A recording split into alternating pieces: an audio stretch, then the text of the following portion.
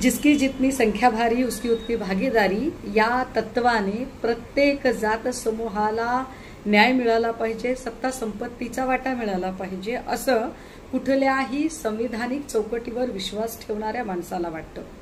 आणि त्याच न्यायाला अनुसरून जातनिहाय जनगणना झाली पाहिजे ही वर्षानुवर्षाची मागणी आहे। या मागणीवर आता भारत सरकारने केलेली घोषणा निश्चित आशादायक आहे। मात्र ही घोषणा फक्त निवडणुकीच्या पूर्वीची आश्वासनांची खैरात असू नये असं मनापासून वाटतं।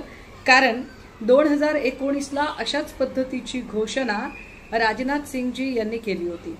निवडणूक झाली, सरकार स्थापन झालं आणि त्यानंतर मात्र मी तो नव्हेच अशा थाटामध्ये ते ही घोषणा विसरूनही गेले आणि नंतर याचं काहीही झालं नाही। तब्बल 10 वर्षापासून सातत्याने जातनिहाय जनगणनेची मागणी इथं केली जात आहे।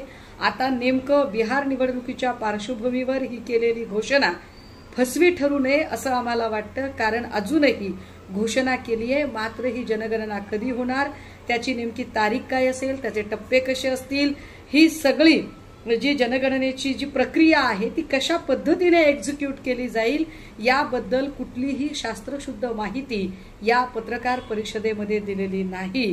हे फार उल्लेखनीय आहे आणि म्हणून जातनिहाय जनगणना निश्चित झाली पाहिजे, परंतु त्याचे फक्त आश्वासनांचे ढोल बडवण्यापेक्षा त्याची प्रक्रियात्मक अंमलबजावणी नेमकी कशी असेल याची सुद्धा मांडणी करणं गरजेचं आहे।